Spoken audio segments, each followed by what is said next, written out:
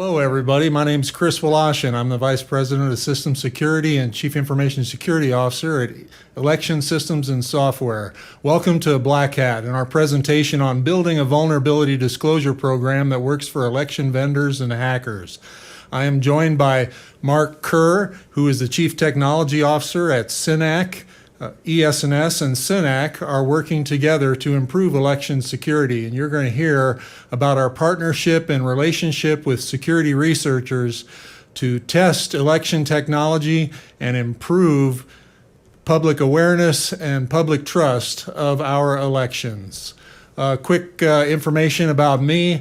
I used to work at Department of Health and Human Services in Washington, D.C., the VA, a couple other jobs, and then 20 plus years in the U.S. Navy. All positions worried about security, networking, and improving the security of our infrastructure. Hi, everybody. My name is Mark Kuhr. I'm the co-founder and chief technology officer at SYNAC. SYNAC is a leader in the crowdsource security space. What we do is recruit, retain, and vet a global community of security researchers and bring them onto our software platform to find exploitable vulnerabilities in our customers' applications and infrastructure. Prior to this, I was at the National Security Agency doing hands-on keyboard exploitation operations and also worked as an analyst. And what you realize doing that job is that it really matters the type of team you can bring to bear on a problem. And really focused on the mission. And this talk is meant to help improve public awareness of what we're doing to improve the security of our election systems. And as the most sacred aspect of our democracy, it's super important, and I'm proud to present with ES&S on this topic on what we can do to make this better, the relationship between the security vendors, the security research community, the election vendors, and overall the federal government, local and state governments to make our elections the most secure that they can be. Prior to this, I also worked in the government at Defense Information Systems Agency, and in that role, in a command and control capacity as a systems engineer, you start to realize that everything is connected. Everything is interconnected and intertwined, and we must take a comprehensive approach to securing our infrastructure. Next slide. The state of election security is definitely improving, especially in the relationship with security researchers. If you take a look back at the early 2000s, we had the election in Florida in the 2000 presidential election where we had some issues with hanging chads. And this led us to move from a physical ballot to more of an electronic method for counting and tallying our votes. This led to the establishment of the Election Assistance Commission. And over the years, we have seen that more electronic voting is more prevalent. And you can vote online, you can vote by mail using online registration and voter registration databases. It's all moving into the internet era. One of the things that this timeline is meant to show, though, is that this is all intertwined. The evolution of voting infrastructure and the relationship of the government with the security research community is all intermingled. And what we're looking at over the last 20 years, but specifically in 2016, is the federal government launches the Hack the Pentagon program to start working with security researchers on critical infrastructure, on defense systems, leveraging that talent in a crowdsourced way to find vulnerabilities that an adversary could find, but we were trying to find them in advance. And if you apply this to our elections infrastructure, it's also designated as critical infrastructure by DHS in response to Russian interference in the 2018 and 2016 elections. So what we're seeing is, there is a match made in heaven here between the security research community and the government bodies that manage our elections infrastructure. And what we're trying to do is advance that and improve that collaboration because it can be quite valuable. You're seeing that the security vendors are, actually stepping up to offer pro bono services to states as well. Microsoft launches a bug bounty on this in 2019 on Election Guard. CINAC and Cloudflare offering, pro bono services to states, which we're going to get into more later. ITISAC starts to recognize that this is such an important issue for the general public that we must have an answer for how we're going to do vulnerability disclosure programs with election security in mind, and how we're going to integrate the vendor relationship and the researchers that are out there doing great work into a more comprehensive solution. And this has led to DARPA getting involved and really advancing the state of the art in computer security, which we're going to touch on as well, because it's highly integrated with some of the voter registration systems and protecting that critical infrastructure. And then we're going to talk about the ES&S partnership and what ES&S is doing to really improve their relationship with security researchers. Overall, though, this is dramatically improved given public pressure on election security and the voting systems being a primary target for our adversaries. This is something that should not be overlooked. And I'm glad to see it improving. Now, with all that in mind, I'd like to touch on what crowdsource security actually is. There's a lot of terms floating around, and I want to make sure we level set before we jump into what this can actually mean in practice. In general, you start out with something called a vulnerability disclosure program, and these are basic policies and procedures for external security researchers to report vulnerabilities to vendors, to the government, and this is a see something, say something equivalent. You see an issue, you report it. Then we evolved that model to an open bug bounty model where researchers are compensated for their findings. They're given a payment for a finding, and this is allowing us to incentivize that research a little bit more. But there's a lot less control. And if you need a model that is very focused on specific use cases, or you have sensitive systems that you're not willing to put on the external internet, you might move to the next model, which is an invite-only bug bounty, which allows us to privately select a crowd of researchers with specific skills and incentivize them to go after specific attack vectors that are of particular interest. Maybe things that have come up in our threat modeling that we know the adversaries are focused on. This is primarily what has been used by the Pentagon and by other government agencies on critical infrastructure. And then this model evolves to a more comprehensive offering that I like to call managed crowdsource pen testing. Pen testing has traditionally been an approach led by consultants, where a consultant comes in and runs through a checklist and compares that checklist to various compliance standards, whether it's NIST 853 or PCI. And that's great, but it also, in this model, also integrates open vulnerability discovery, where we're able to incentivize researchers to find vulnerabilities that are interesting and also exploitable. Then we also integrate into this model automated scanning.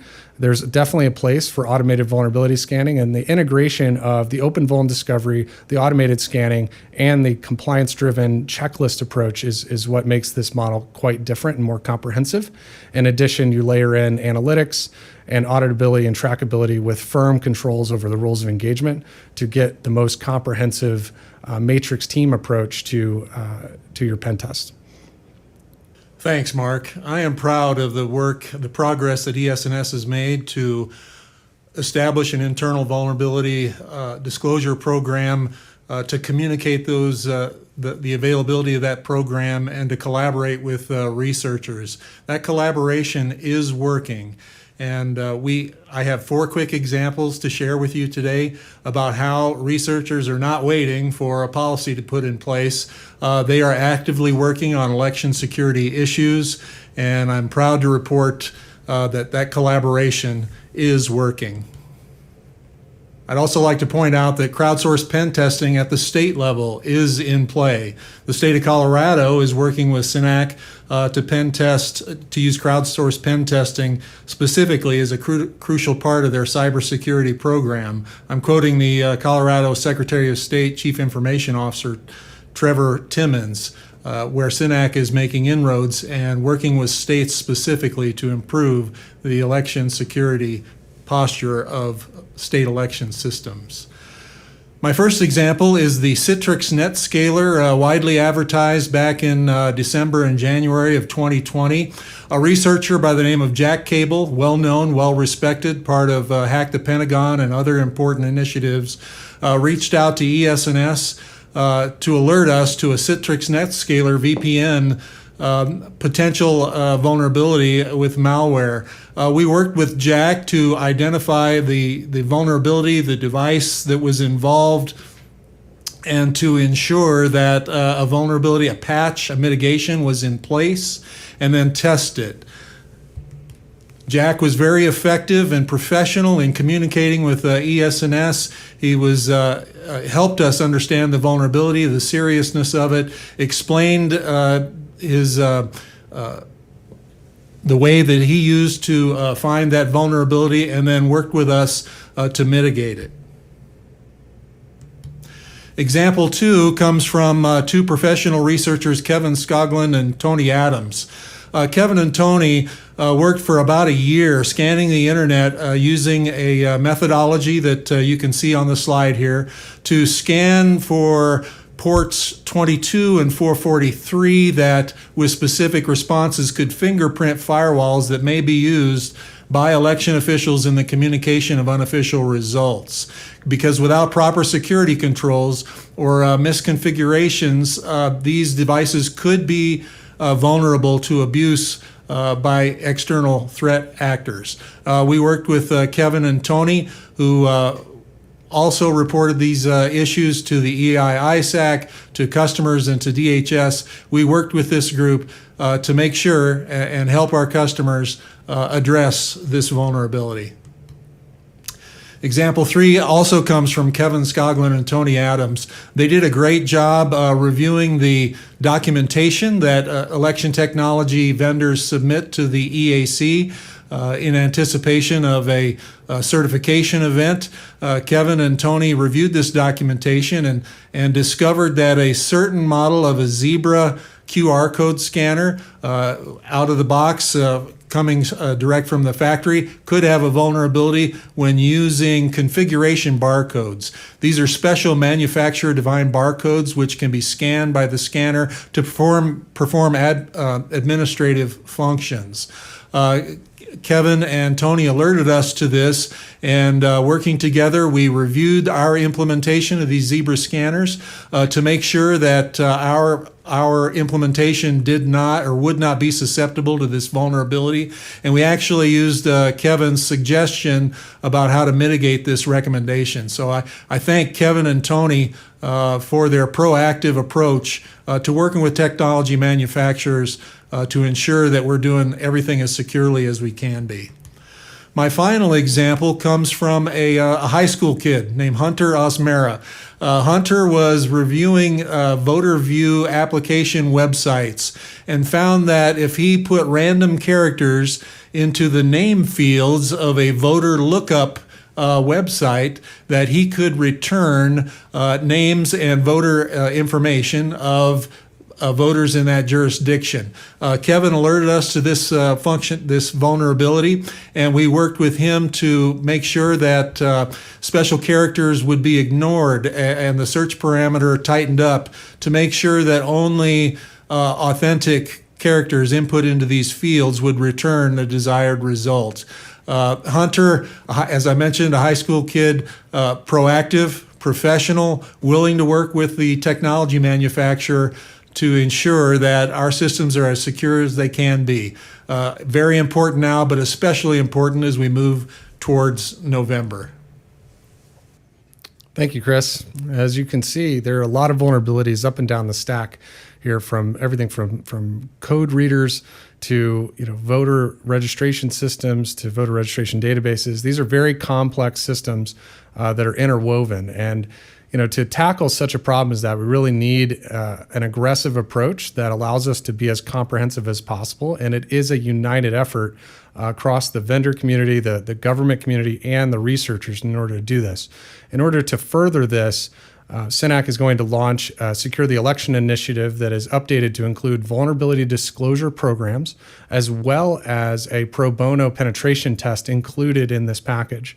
This is going to help us push for the idea that states should be working with that external researcher community to find these vulnerabilities ahead of the adversary and help make our elections the most secure they can be.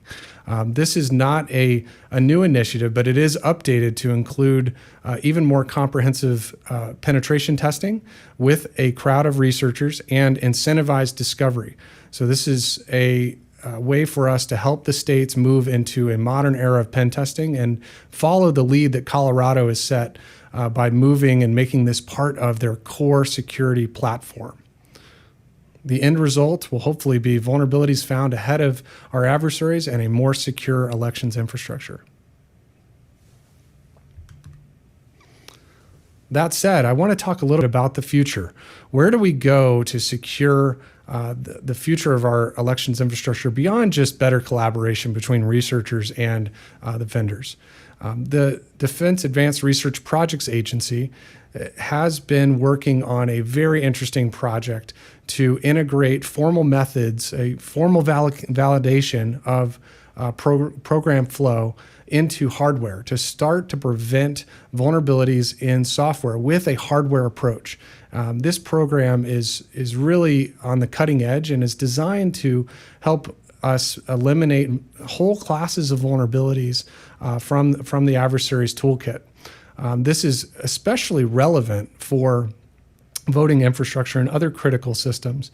As a part of this and to validate that the approach is effective, CENAC will be working with DARPA on a bug bounty focused on this and a voter registration database use case that allows us to validate that this approach can be used in that type of model in these types of systems that ES&S builds. This is meant to advance and further harden these systems against future attacks. And just like we'd expect from DARPA, they're way ahead of the curve here. We're excited to work with them to make sure that these hardware vulnerabilities can be implemented in a way that allows software to be loaded on top of them and prevent whole classes of vulnerabilities. Next, I want to go into what those are. This DARPA research has focused on eliminating things like buffer overflows, information leaks, anything that can be done, at the programmatic level, numeric errors, code injection, even cryptographic errors that lead to code execution. This is going to hopefully allow us to focus on other vulnerability classes like business logic or functional abuse that may be abused in a fraud type scenario. Given our focus on these vulnerabilities and DARPA's ability to bring a more hardware driven approach, we're hoping that in time for the 2024 elections, we'll be able to have an even more secure infrastructure for this. Thanks, Mark. As Mark mentioned at the top of the presentation, the ITISAC has taken a special interest in vulnerability disclosure programs and is leaning in, helped form a election industry special interest group, and has brought a number of election technology providers together to develop a coordinated vulnerability disclosure program, which will move the industry forward towards a VDP. I'm also excited to announce that ES&S is partnering with CENAC to test our newest generation electronic poll book. These poll books are in wide use across the country. They are the perimeter or the front line of election technology where voters enter a polling place and are checked in using an electronic poll book. We want to make sure that everything that can be done to harden and protect these electronic poll books and their communications methodology with a central voter registration database are as absolutely secure as they can be. Thanks, Chris. We're excited to get to work on that project. As the next step, I'd like to talk about where we can go next in terms of the policies, especially when it comes to the federal testing programs. There's certainly been a lot of progress made in the last 5 years on this.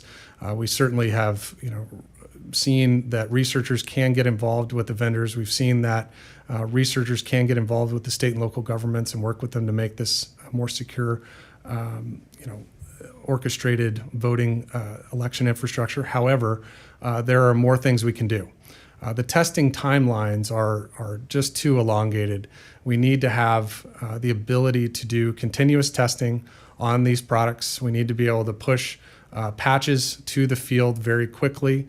The continuous testing model is being adopted by a lot of people, and critical infrastructure is a great place to start for this type of testing because we know that it has ramifications if a vulnerability is found, and we know that changes need to be controlled. That makes sense, but we also need to be able to validate those changes work and marry that with continuous security testing. The incorporation of federal standards on this type of product is also needed. Right now, states do not have to buy voter registration systems that are rigorously security tested. There's a lot of optional requirements, and I think we can move most of the optional requirements to mandatory ones with little downside risk. We ought to be able to push the envelope here, especially on this type of system where the public demands that we deliver a more secure voting infrastructure. They do not want to see adversaries meddle with our elections, and we owe it to the general public to do a much better job. Public awareness is rising, and if the states and the vendors are more proactive, I think we'll see some very positive results from the general public. Thanks, Mark. Another topic that's closely related to discovering vulnerabilities before our adversaries do are supply chain security considerations. And we want to take the last portion of our presentation here to talk to you about all that's going on in supply chain security and what ES&S is doing to make sure that the parts that we use in our equipment are absolutely secure and trustworthy. Our product lifecycle begins at the design phase when we develop requirements in conjunction with what our customers, those state and local election officials, are demanding in terms of security. We put that through a rigorous review. We bid for the parts that are used to develop these systems. We make sure that the development and the quality assurance is absolutely airtight using the highest federal and quality assurance standards. Every machine that we make, every piece of software that we develop goes through rigorous federal testing and certification, and then we sustain these pieces of equipment that have generally a 10 or 15-year product life cycle. As is the case with many critical infrastructure sectors, ES&S has a global supply chain. We work very hard to make sure that each and every part that goes into our equipment is absolutely safe, trustworthy, free of malware or manipulation, to make sure that when our election technology reaches the customer's hands and voters use it, they can rest assured that all the controls that can be in place to protect these parts and services are in fact in place and tested. Some of the things that we do at ES&S, I personally conduct a review of our supplier partners' supply chains. I have visited these sites where these components are made to ensure that no malware is nefariously implanted on these devices, no rogue or counterfeit components. I take pictures, I review these, my surveys and supply chain reviews with our engineering and management team to make sure, number one, that our suppliers are doing everything that they are contractually required to do, and two, is there anything else that we can look at or ask for that helps ensure the security of the supply chain. The audits that I do are both on-site with the manufacturer's teams and through surveys and reviews that we conduct remotely, and then spot check to make sure that our manufacturers are providing pristine, malware-free components. Once all these parts come together in Omaha, we have several teams that review them, and we do something extra that I think you'll find very interesting. We take a random sample of these parts and we extract any firmware and review it against a golden standard to make sure that the firmware is not manipulated or somehow nefariously changed to induce an undesired result. We check our programmable logic devices to make sure that they only contain the firmware that we authorize and nothing else.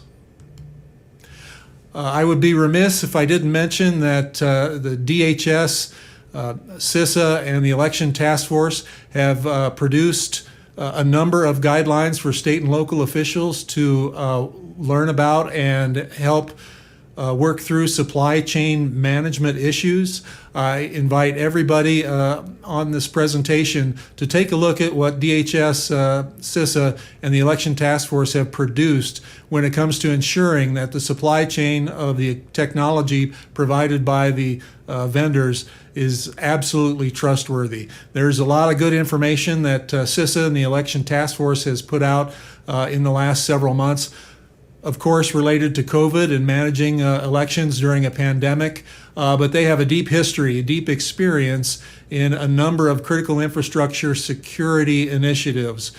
Please check out the DHS CISA website and look at all the products that they have produced regarding vulnerability disclosure and supply chain security. And with that, Mark and I would like to take your questions. I think we're on, Mark.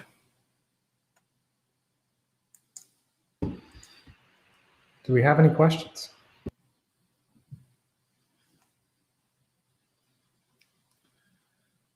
Tiffany, our moderator, could you please review for us any questions that may have been submitted during the presentation and shoot them to Mark and I for response?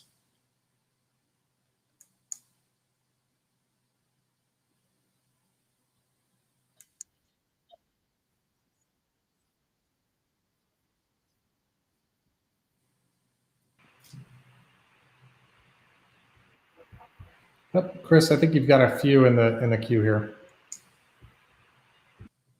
I am not seeing those. I've got both screens up.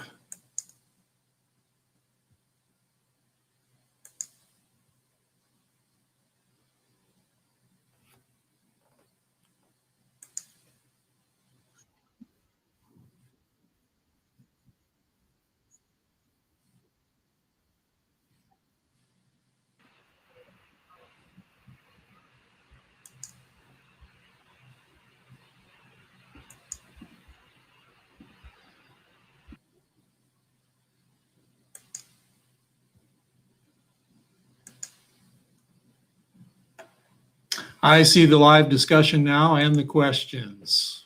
Great. I'll go ahead first. Michael asks, what has ES&S done to ensure that patches created from the disclosure program are applied by local election officials? Michael, when a vulnerability is disclosed to us and we determine that it is valid and affects equipment in the field, we work hard with the product team to develop a mitigation and test it to make sure that it doesn't break anything.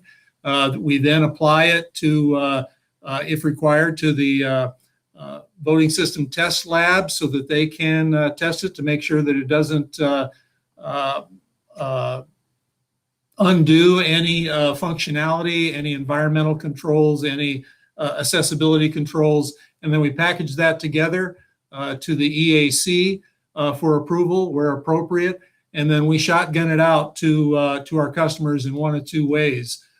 We deliver the patch to the customer via physical media, or in some cases, we will let that patch, we transmit that patch to customers who are able to do so through a secure file transfer, and they can apply it on their own. But in either case, we don't send those patches over the internet or over the wire or anything. They are delivered via physical media or encapsulated in an SFT, secure file transfer, encrypted, and then sent to customers. I hope that answers your question. Next question for me, it looks like it comes from Harley, asking, will ES&S commit to supporting protections for security researchers under the DMCA? The answer to that is yes.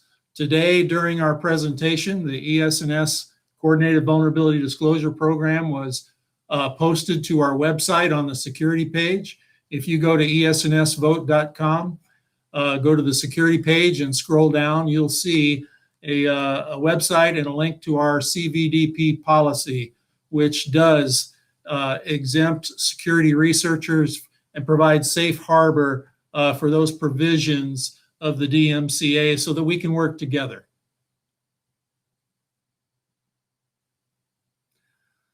Next question is from Joe.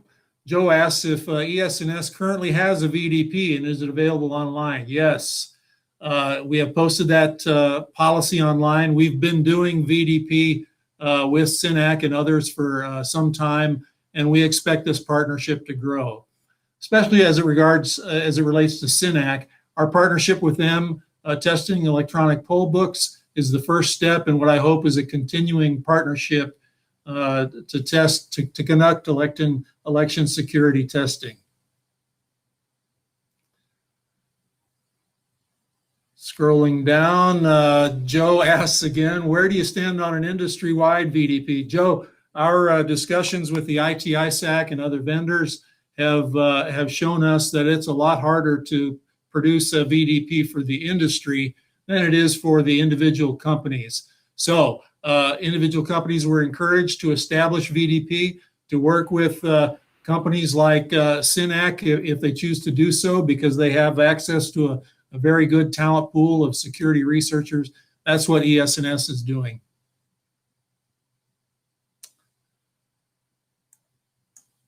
Over to you, Joe.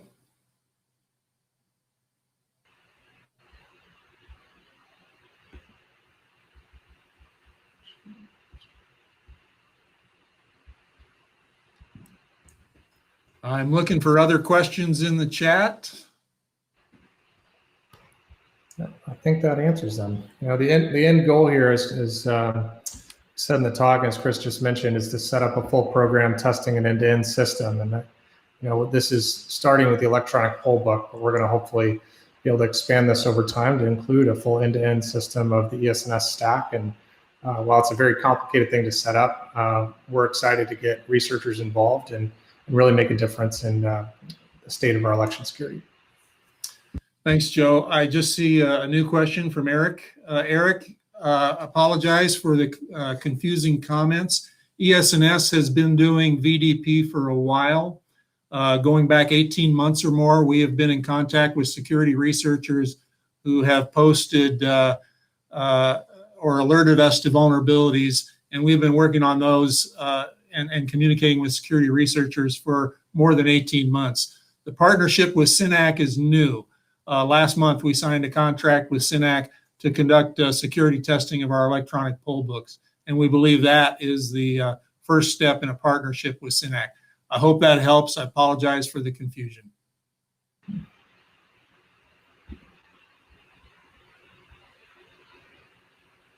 I can take the next one here from Brian. The model definitely works for aviation vendors as well. I mean, we've done this with the Air Force and different aviation companies, and the model is such that you want to get things set up. You want to have a simulation or emulation of the system, and be able to get a full end-to-end test as close to the near production system as you can. And that model can be applied to a variety of industries.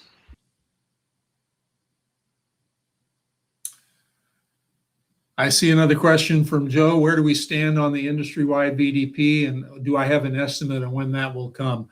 I really don't, Joe. The ITISAC is coordinating this effort for the industry, and we meet regularly to discuss the methods in which we establish a VDP for the industry. We have a number of different members who are in different places of maturity. ES&S has had a vulnerability ingestion and processing evaluation workflow for some time. Other election technology providers are just getting to have that process in place. You must have the process in place to ingest, evaluate, and then act upon vulnerabilities before you open the door to allow those reports to come in. And then I want to reemphasize something that Mark said. We still need the EAC to work with election officials and vendors and provide a path for the rapid ingestion and patching if it's needed. That has not come to fruition yet, but the EAC and their partners are working very hard on it.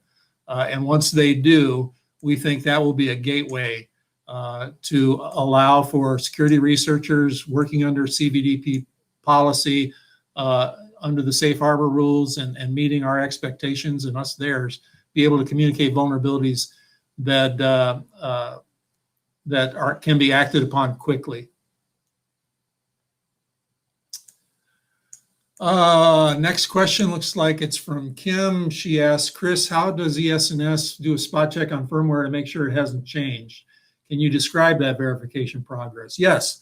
We work with our manufacturers to establish the golden build or the firmware golden edition to make sure that we check it line by line to make sure that any firmware has only what we place in there and nothing else.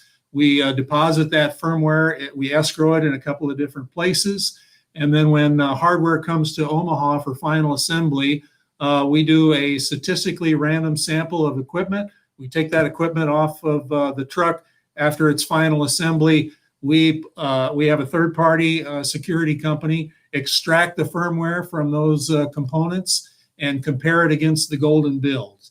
And then they tell us, they give us reports of how complete, how accurate, have there been any changes. And so far, well, that program has been in place about 18 months, and all of the equipment that we have checked have not had firmware manipulated or otherwise changed from the golden build that we have established. Hope that answers your question.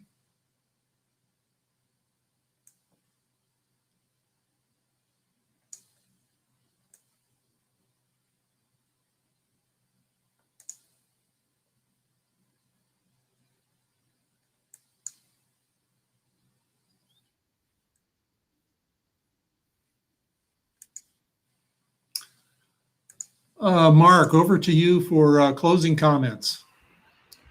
Yeah, I just want to recognize, historically, I know there's been some, some consternation, with the researcher community on how this is tested, how open it is, and this is a process, and this is a great first step for ES&S, and we're excited to work with them on this, and we recognize this is an important problem for our country, and we need to make sure that we get it as open as we can within the constraints that make sense for a commercial entity and for such sensitive equipment. So I think we're on the right path. We recognize we're not where we want to be yet, but we're making strides to make the process of working with researchers on such sensitive equipment more streamlined, more scalable, and more just more mimicking what the adversary is going to do to us. And that's the key to this whole thing, is make sure we can find these vulnerabilities in advance and get confidence that our systems are completely secure. Great. Thank you, Mark. One quick question from Joe. He's asking, when did we, ES&S, start accepting vulnerability reports? We put up that communications channel on our website more than 18 months ago. Hackers, security researchers weren't waiting for a policy to use it. They have used it in the past 18 months. We're publishing the policy today to formalize how we're going to work with security researchers to improve election security going forward. I'd like to thank everybody for attending today, for Black Hat accepting this presentation, for our partnership with SYNAC, for all the state and local election officials who are doing a great job on the front lines, and for ES&S and other election technology providers trying to do better. This is a good step in the right direction, and we look forward to improving everywhere we can election security. Thank you.